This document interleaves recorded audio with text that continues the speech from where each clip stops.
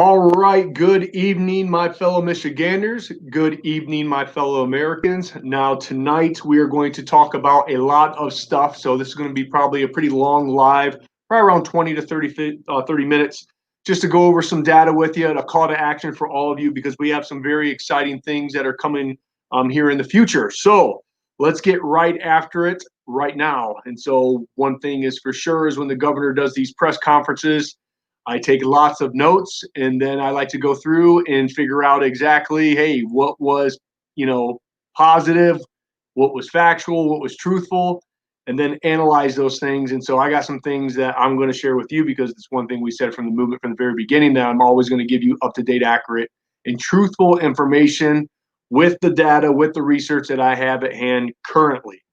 So to get right after it, she said that we're doing much better than Texas and Florida. So as of right now, as a lot of you are well aware of, there has been an increase in cases and in deaths in Texas and Florida. So that's why from the very beginning, we've always said, hey, we know this virus exists.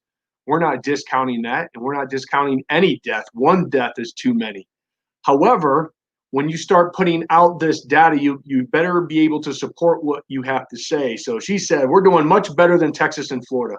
So when she makes that comment, I immediately say, oh my goodness, did a lot of deaths just happen? Did they surpass us? So what do? Is I go to worldometer.com and I up-to-date the deaths, and I start graphing it out, and I start to realize, well, that's not entirely true. And here's why.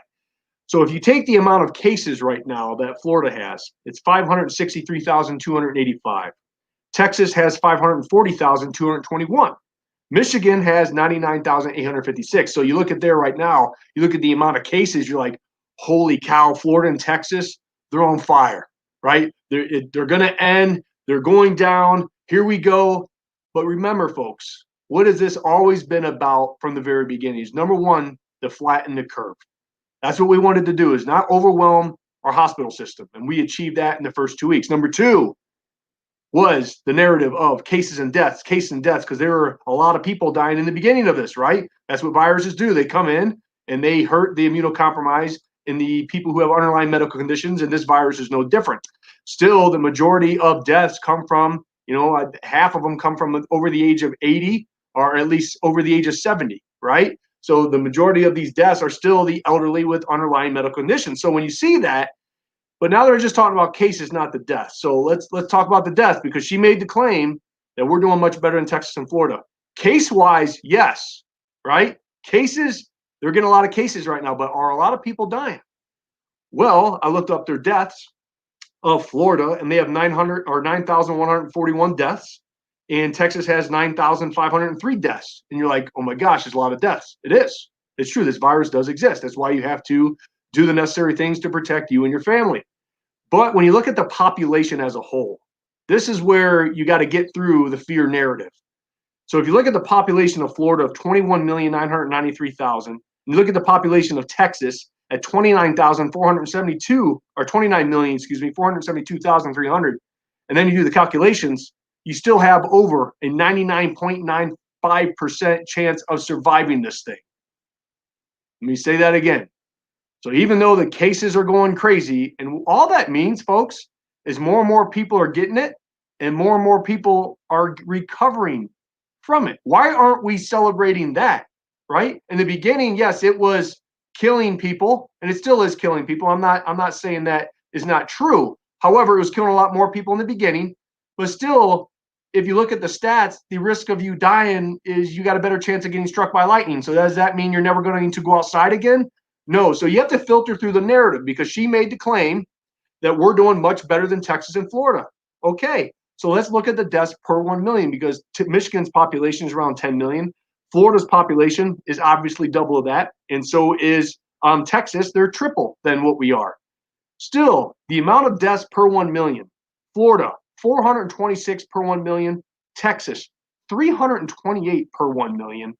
Michigan, 656 deaths per 1 million. Little different. So the claim that she said, well, we're doing much better in Texas and Florida, not true. Not true. And that's the data. That's all I'm reading is the data from what's out there right now.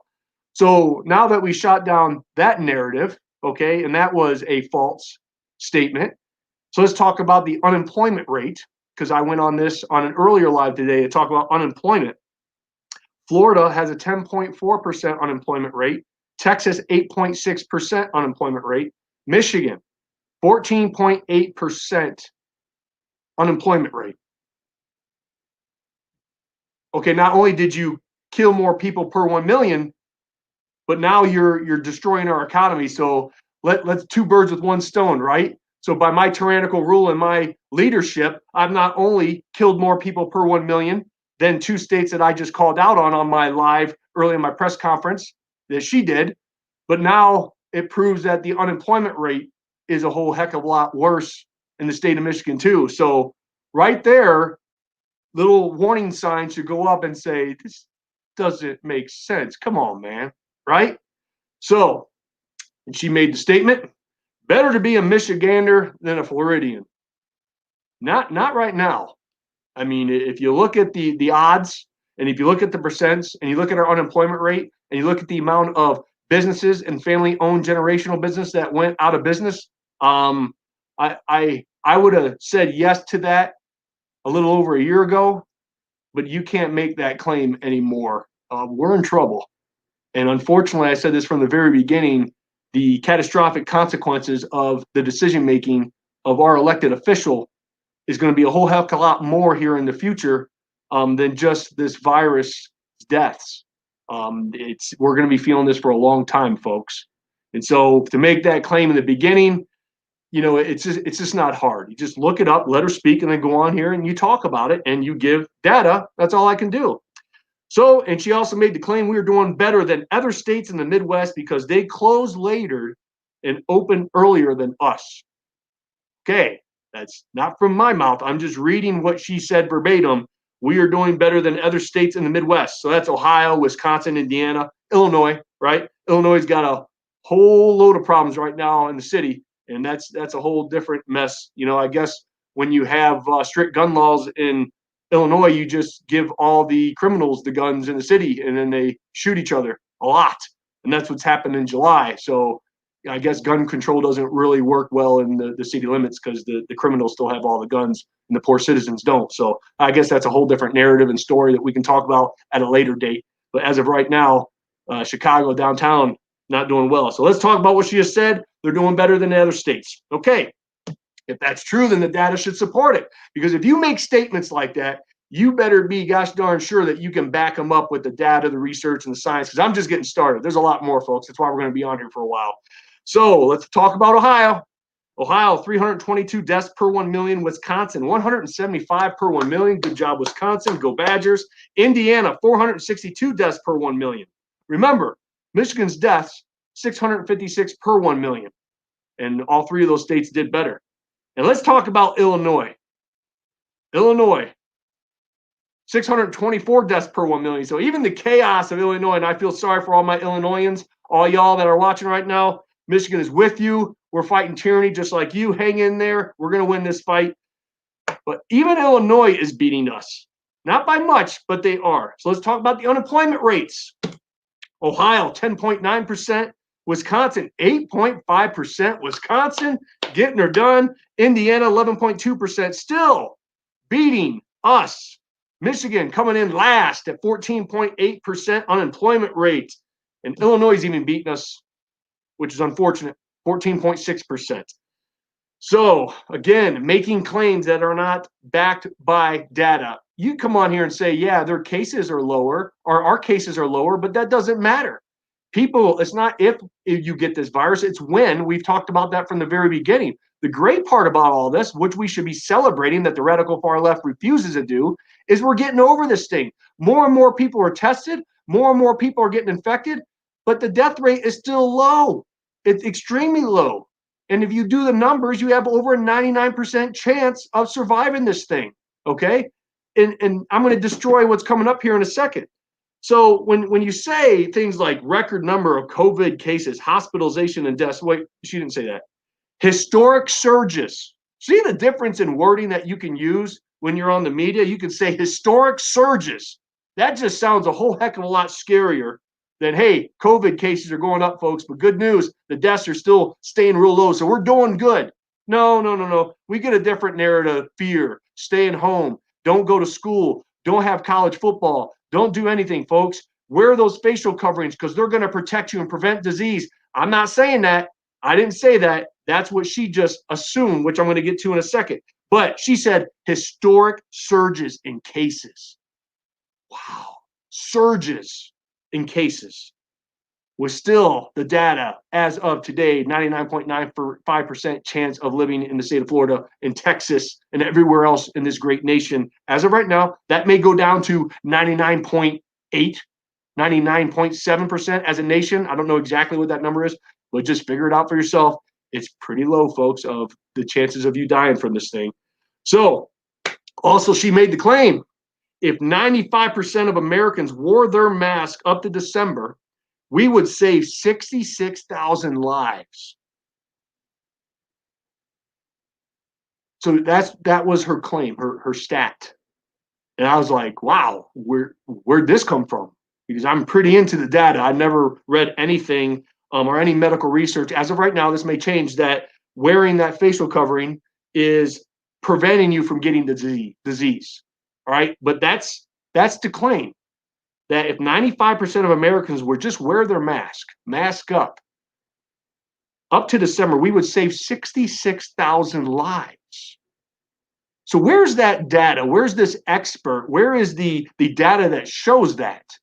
Because the data that I'm seeing was the cases were going up and then they went down and they start going up again. And that's when we decided to mask up, and they're even continually going up, right? So does that protect anything? We're going to talk about that here in a second. So you make that statement, you have to have the medical research and the scientific research to prove, in fact, that masks do prevent disease, which I haven't seen any research yet that states that. And they've done studies, and they've done long-term studies and all these different studies, and they got all this data and they look at it, because that would be blowing up everywhere right now. And I would love to read that data because I haven't seen anything yet. However, I do have the data on the other side from reputable sources. And so that's what we have to talk about next. Because when I make statements, and I don't even make statements, I just read what I read. And my job is just to portray that to all of you so you can be educated with up-to-date, accurate, truthful information to empower your decision making, folks. That's what this is about. This is not me telling you what to do. This is not me mandating what you need to do. This is me giving you information that is not provided to us by the mainstream media, because it doesn't support the narrative of what they're trying to do. And so the more I can get on here and just chip away, right, take small bites of this elephant, as we say, hopefully over time we'll start to awaken the masses. And as we go out in society, we're going to know if we start to reach that or not. But it says right here in the CNBC article, it says asymptomatic spread of this virus is very rare. All right. So in the beginning, this is what they said in the beginning, is preliminary evidence from the earliest outbreaks. Because like I said on every interview, we didn't know what this thing was. I was all for like quarantining ourselves and make sure we're doing everything we can to protect our fellow Americans. But as time went on, I was like, this doesn't make any sense. But the earliest outbreaks indicated that the virus could spread even if people didn't have symptoms. So asymptomatic people spread the virus. And so that's why everybody was like staying indoors, and we were doing all this stuff, and only essential workers could work and all that. But here's my question. If these facial coverings indeed worked, and there's scientific justification and medical research that proves that they work, why didn't we just start doing it right from the beginning? Why wasn't it just like, we need to do this? But as it went down, then they started. So I'm going to talk about that here in a second. So we didn't do it in the beginning. We did it a couple months later, all right? But the World Health Organization says that while asymptomatic spread can occur, it is very rare. That's what they know now. That's what they say now. It's rare. The patients with this virus without symptoms aren't driving the spread of the virus. WHO officials said, casting doubt on concerns by some researchers that the disease could be difficult to contain due to asymptomatic infections. And the WHO's like, no, it's not. That's what the WHO said. That's not me. That's what the WHO is saying, the World Health Organization, which, by the way, Facebook based a lot of its policy and guidelines on.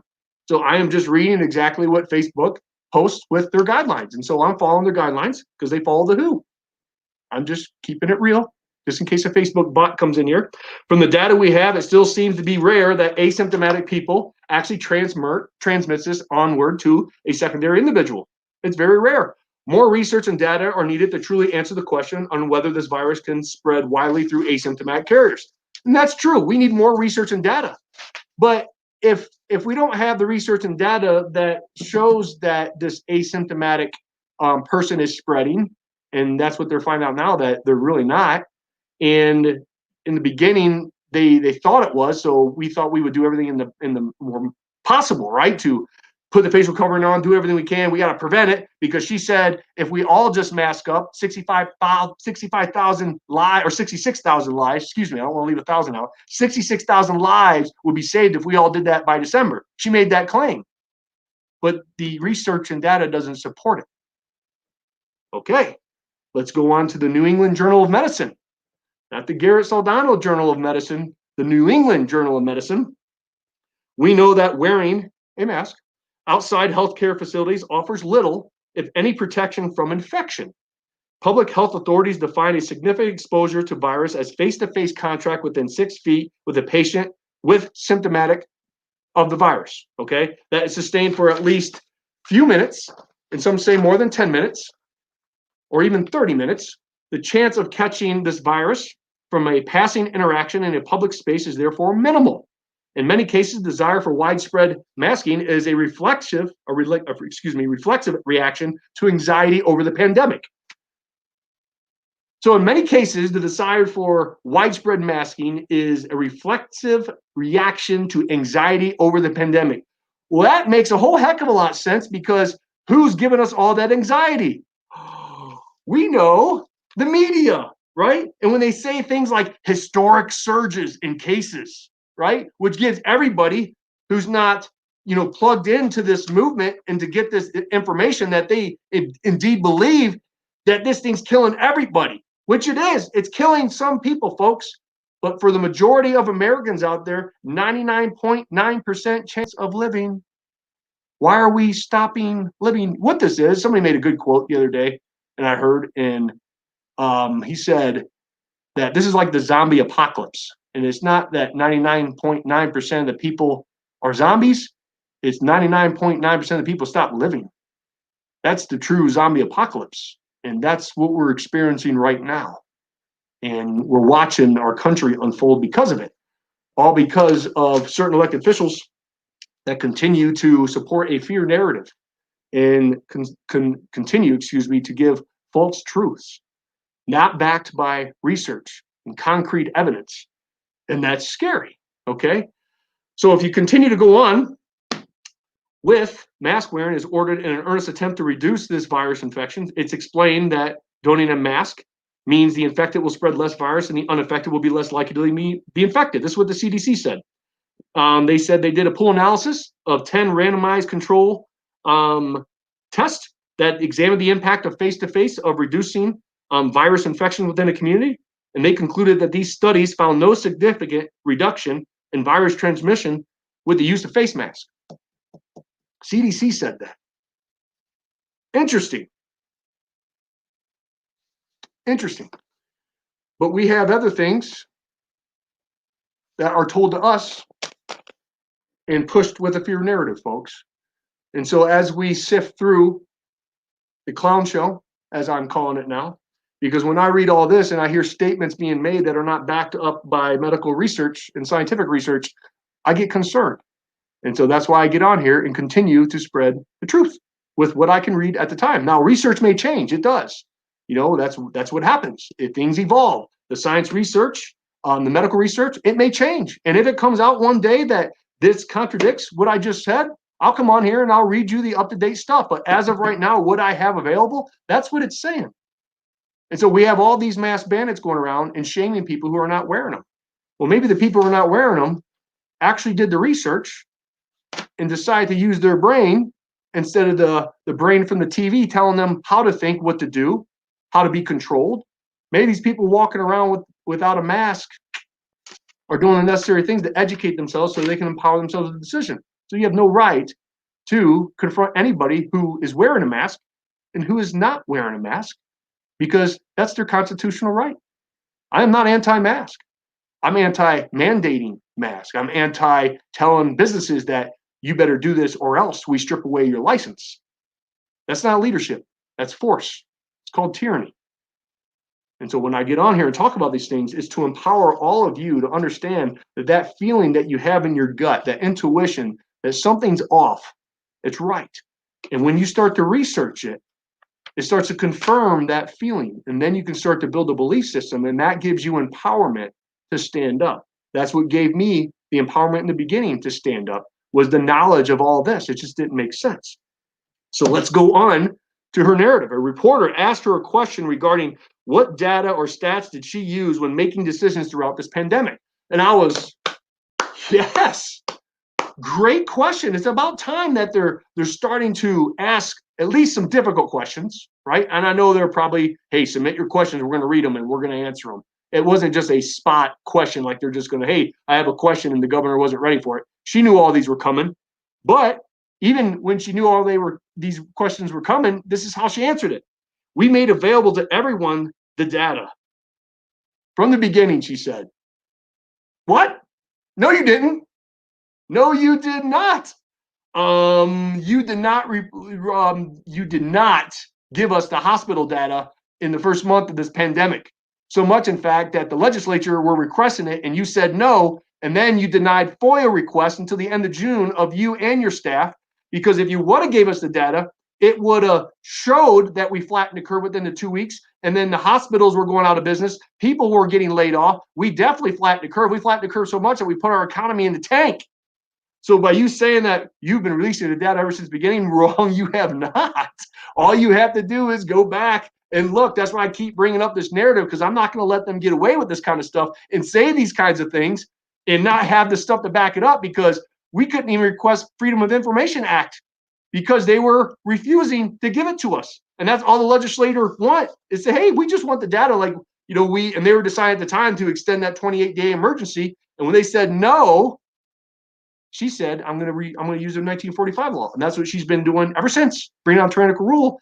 But that law is going to be coming to an end because there is a group of people called We the People who are going to continue to go forward and get that repeal 1945 law done.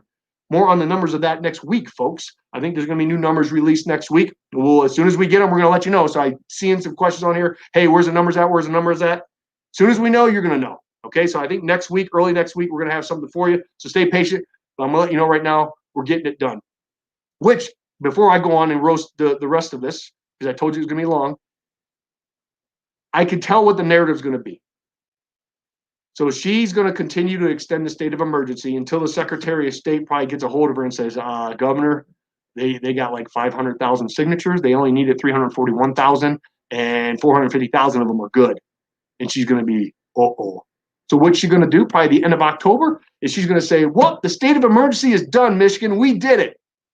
So don't be surprised if she pulls that card, okay? It doesn't mean we didn't win, because we said no governor throughout these United States, especially in the state of Michigan, should have this much power.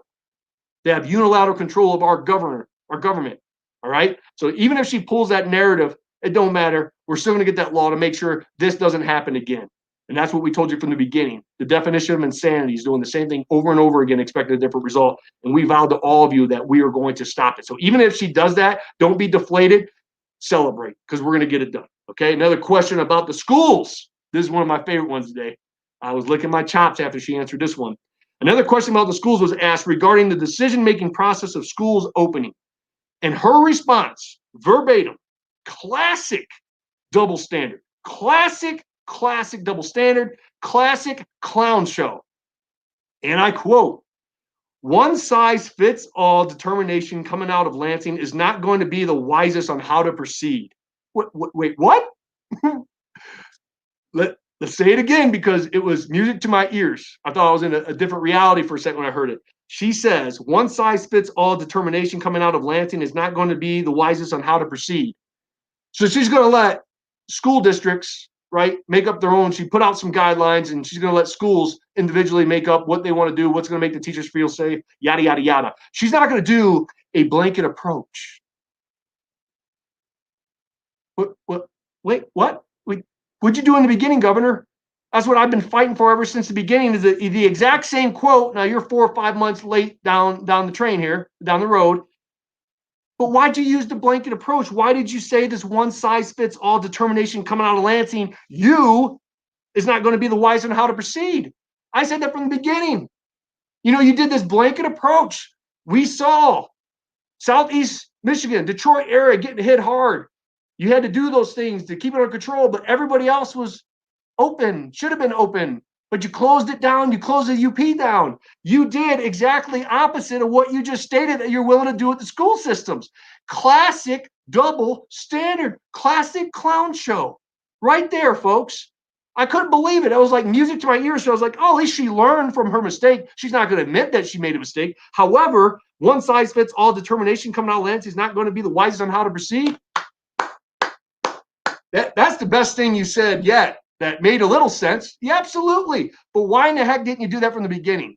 We would not be in this mess. I'm going to tell you right now, this movement would not even be in existence. I wouldn't even never heard about the repeal 1945 law if you didn't do this.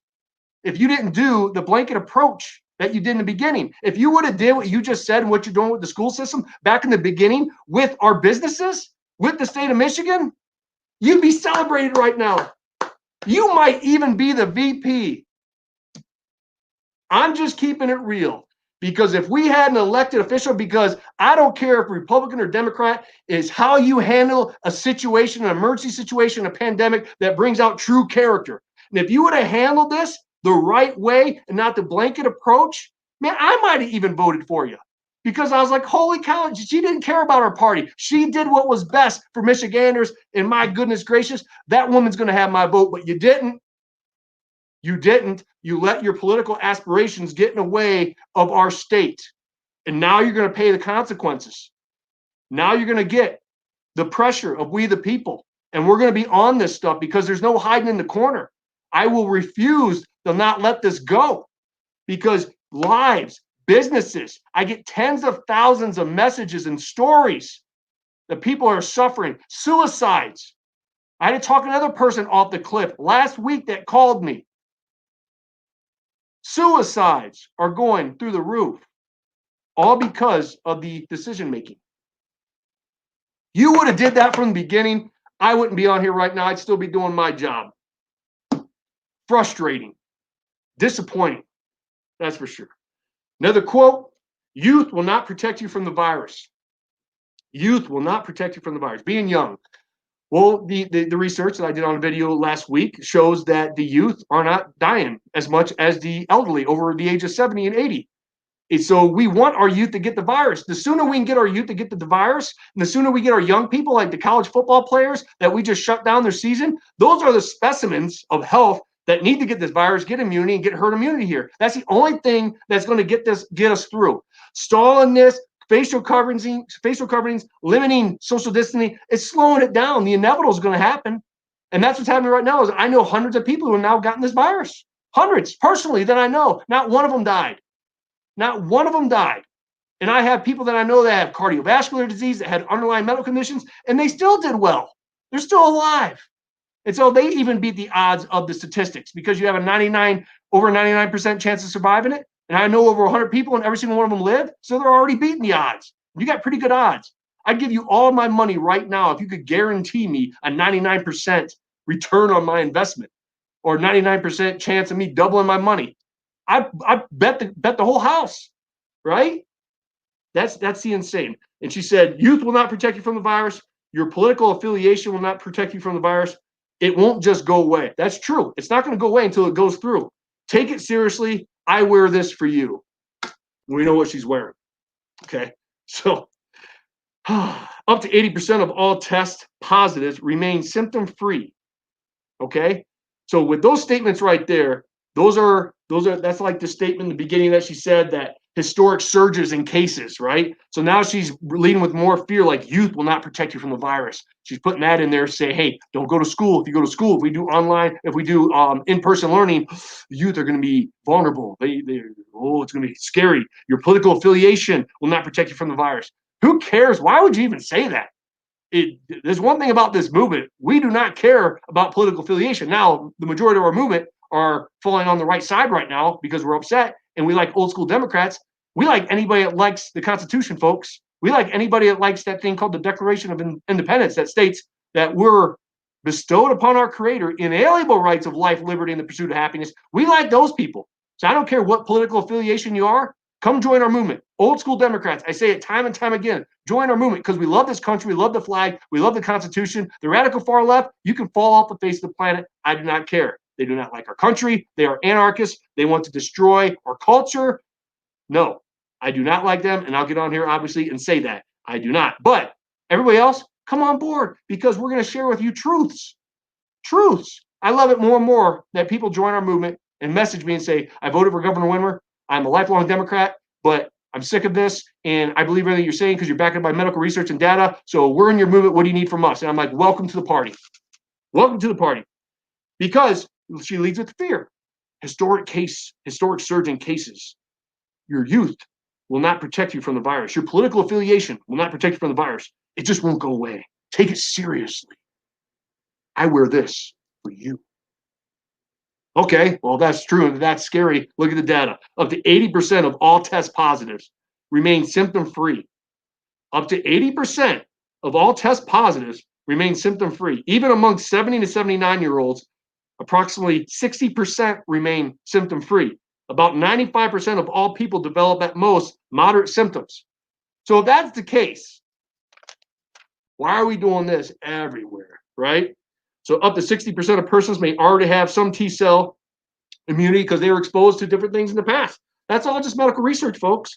There's no research done on the effectiveness of these coverings. And the statement that she said is as if you do it, we're going to save 66,000 lives. Facebook should check the hell out of that.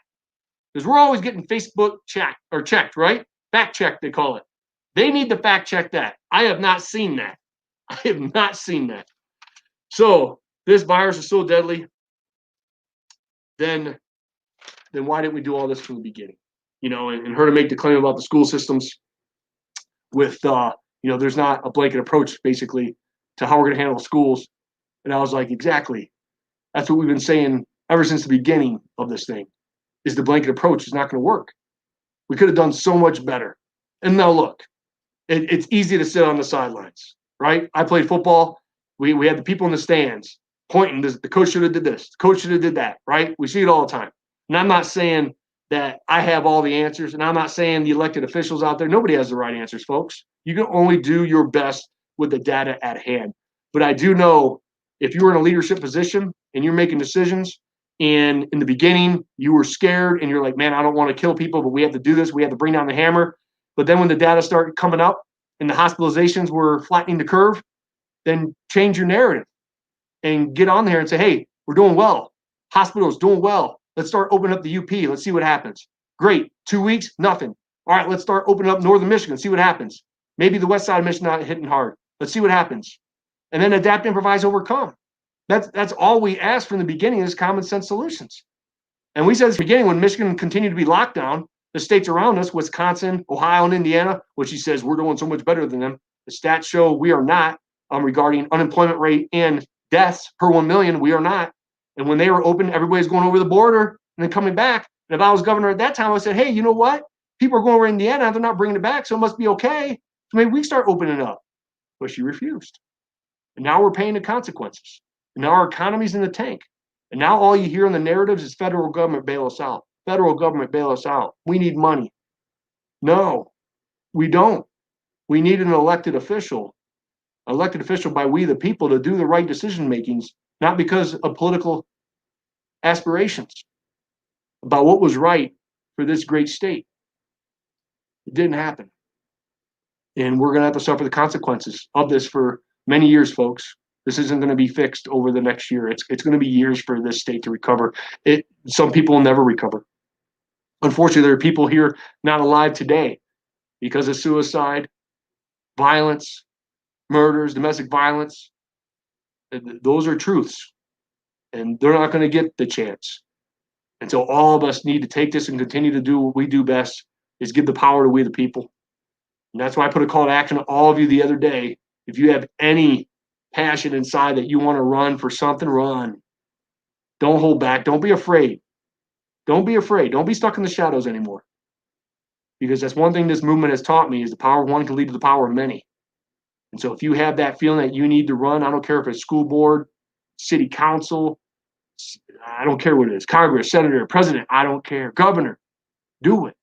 Run and let your heart be on your sleeve and learn from these lessons that we've been taught by this governor. Learn from it. She's not perfect. We're not perfect. Nobody's perfect. However, when you make an error, you correct it and you do what's right. Always do what's right. Always tell the truth. Okay.